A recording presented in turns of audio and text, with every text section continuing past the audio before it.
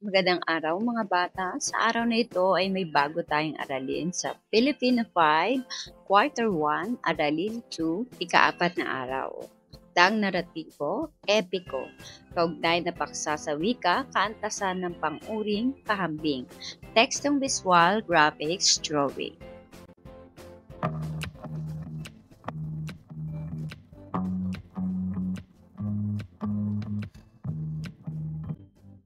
Ipabasa ang mga pangungusap mula sa epikong Hinilawon. Una, sina Humadapnon at Dumalapdap ay makikisig na magkakapatid. Ikalawa, mas makisig si Dumalapdap kaysa Humadapnon. Ikatlo, pinakamakisig si Labaw Dunggon sa tatlong magkakapatid. Sagutin ang mga sumusunod na tanong. Una, ano ang napansin sa mga nakahilig na salita? Ang halimbawang sagot ay, ang mga nakahilig na salita ay mga pang-uri na nagpapakita ng antas ng paghahambing ng mga tauhan sa epiko. Ikalawang tanong, ano ang tawag sa mga paglalarawang ito? Ang halimbawang sagot ay, ang tawag sa mga paglalarawang ito ay paghahambing. Ikatlo, ano ang kaibahan ng unang salitang nakahilig sa ikalawa at huling pangungusap? Ang ating halimbawang sagot ay, ang makisig ay tumutukoy sa isang lalaki na may kaakit-akit na anyo. Ang mas makisig ay ginagamit upang ihambing ang kagandahan ng isang tao kumpara sa iba, at ang pinakamakisig ay nagpapakita ng pinakamataas na antas ng kagandahan o kaakit-akit na anyo. Ika-4, anong uri ng paghahambing ang napansin mo?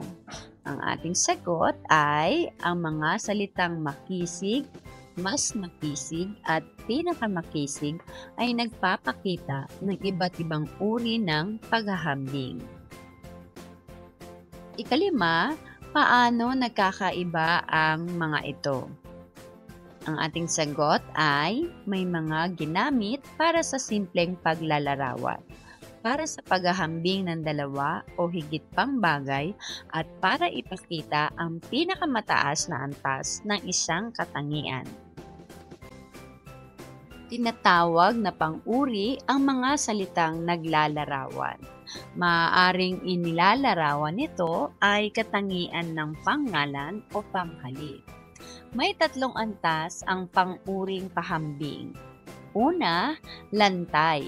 Naglalarawan ito ng isa o payak na pangalan o panghalip na walang pinaghahambing. Halimbawa, mabuting asawa si Anggoy Doronoon. Ikalawa, pahambing. Ginagamit ito sa pagtutulad ng dalawang pangalan o panghalip. May dalawang uri ito. Una, pahambing na magkatulad. Ginagamit ito sa pagtutulad ng dalawang pangalan o panghalip na may magkapantay na katangian ng dalawang bagay na pinaghahambing. Halimbawa, magkasing laki sina Humadapnon at Dumalapdap. Sa panghalimbawa, kasing lakas ni Labaw Dunggon ang bundok. Sumunod na uri ng pahambing, pahambing na di magkatulad. Pinaghahambing nito ang di magkapantay o di patas na paghahambing. Maaari itong maghambing ng pagkakait, pagtanggi o pagsalungat ng dalawang bagay na pinaghahambing. Halimbawa, di masyadong makisig si Humadapnon kumpara kay Dumalapdap. Mas malakas ang kapangyarihan ni Saragnayan kaysa kay Labaw Dunggon, kaya natalo niya ito. Ikatlo, pasokdol. Ito ang uri ng paghahambing na namumukod o nangingibabaw sa lahat ng pinaghahambing. Maaari itong negatibo o positibo. Masidhi ang paglalarawan dito, kaya maaaring gumamit ng mga salitang sobra, ubod, tinaka, tunay, talaga, saksakan, at kung minsay pag-uulit ng pang-uri. Halimbawa, ang bait-bait na asawa ni Abyang Ginbitina. Lubos ang kapangyarihan ni Saragnay. Humanap ng kapareha at sagutin ang sumusunod na tanong. Una, ano ang pagkaunawa mo sa pang-uring pahambing? Ikalawa, ano ang iba't ibang antas ng pang-uring pahambing?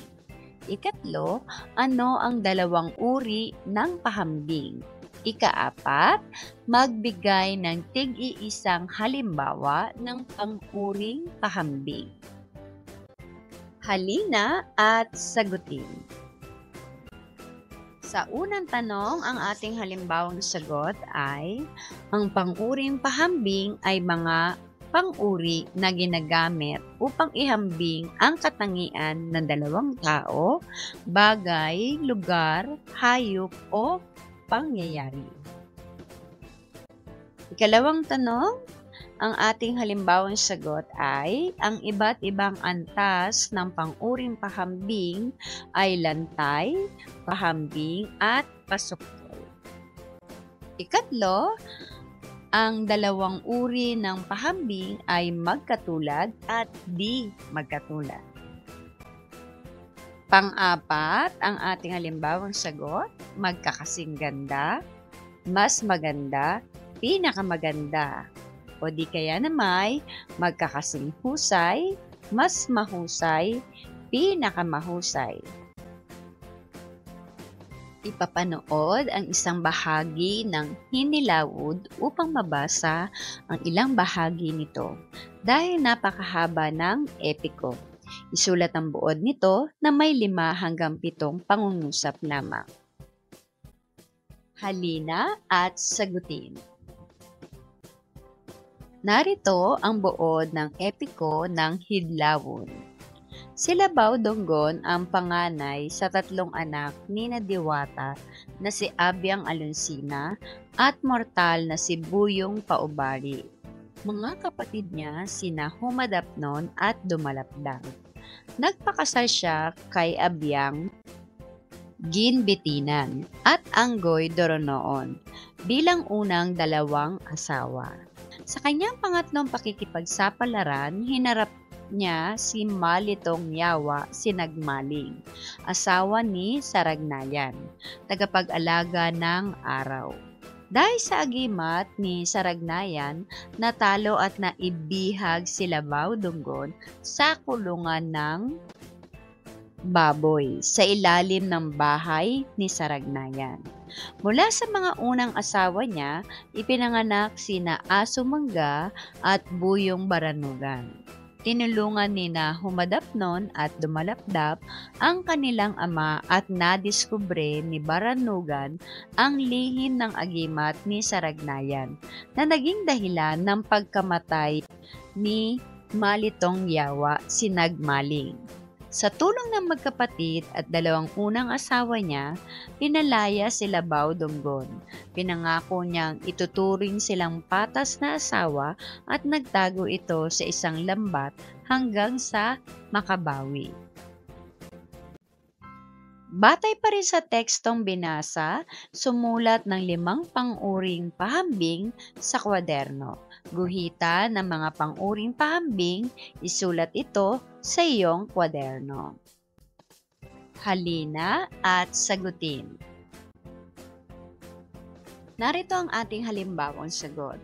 Mas makapangyarihan si Saragnayan kaysa kay Labaw Donggon dahil sa kanyang agimat. Ikalawa, si Saragnayan ang pinakamakapangyarihan sa epiko lalo na sa pakikipaglaban kay Labaw Donggon. Ikatlo, masasabi kong magkakasing ganda ang napangasawa ni Labaw Donggon. Ikaapat, Higit na matalino si Baranugan dahil nakuha niya ang lihim ng agimat ni Saragnayan. Ikalima, sila Baudanggon at Saragnayan ay matatapang na mandirigma. Basahing mabuti ang sitwasyon at pagnilayan ang sagot hinggil dito. Una, sa iyong palagay, kung hindi natalo ni Saragnayan sila Baudanggon, ano kaya ang mangyayari? Ipaliwanag. Ang ating halimbawang sagot ay maaaring nagdulot ng mas maraming laban at alitan sa pagitan ng mga Diyos at mga nilalang sa epiko. Ikalawa, natuklasan ni Buyong Baranugan ang lihim ng kapangyarihan ni Saragnayan kaya napatay niya ito. Kung ikaw si Buyong Baranugan, ganun din ba ang gagawin mo kay Saragnayan? Bakit? Ang aking halimbawang sagot ay, kung ako si Buyong Baranugan, maaari kong isaalang-alang ang mga alternatibong hakbang upang mapigilan ang kapangyarihan ni Saragnayan nang hindi kinakailangang pumatay.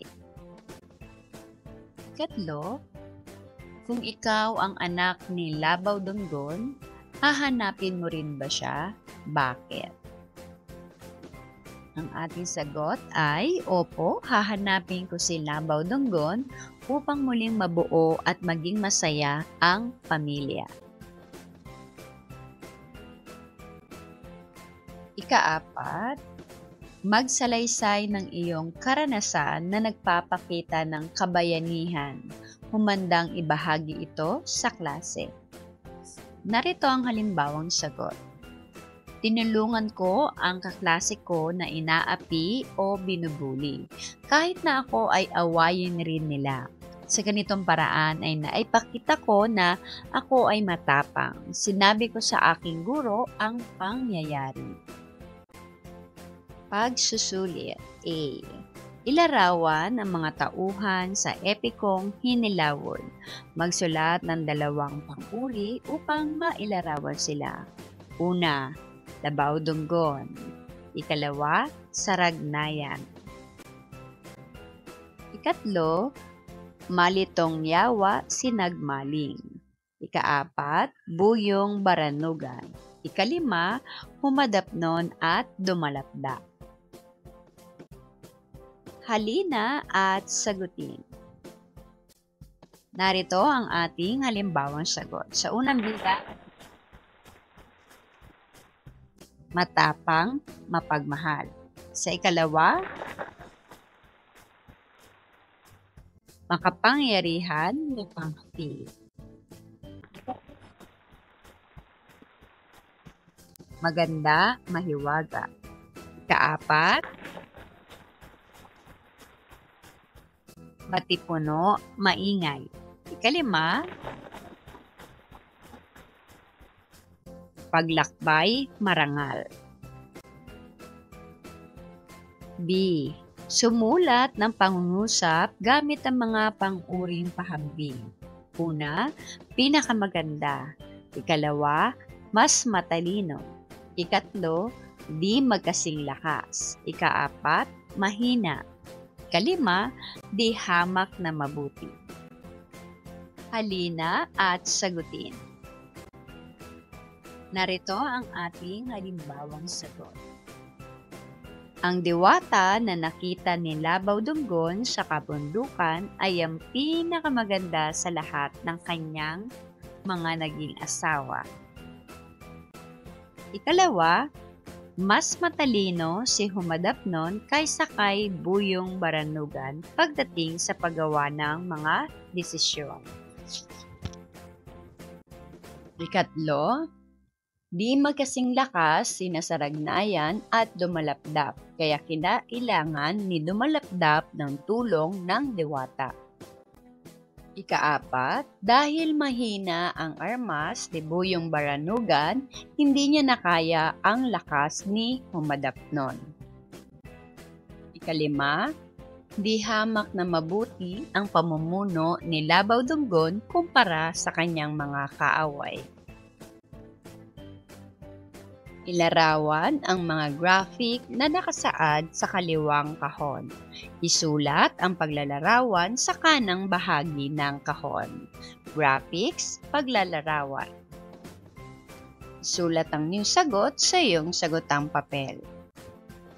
Ikalawa, Labaw Dunggon, humadapon, dumalapdap. Sumunod, pagkakulong ni Saragnayan kay Labaw Dunggon. Sumunod, paghahanap ng magkapatid na sina Aso Mangga at Buyong Baranugan.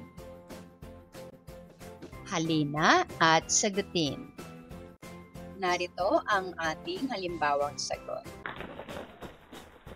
Si Labaw Dunggon ay matapang, makisig at mahilig sa pakikipagsapalaran. Sumunod,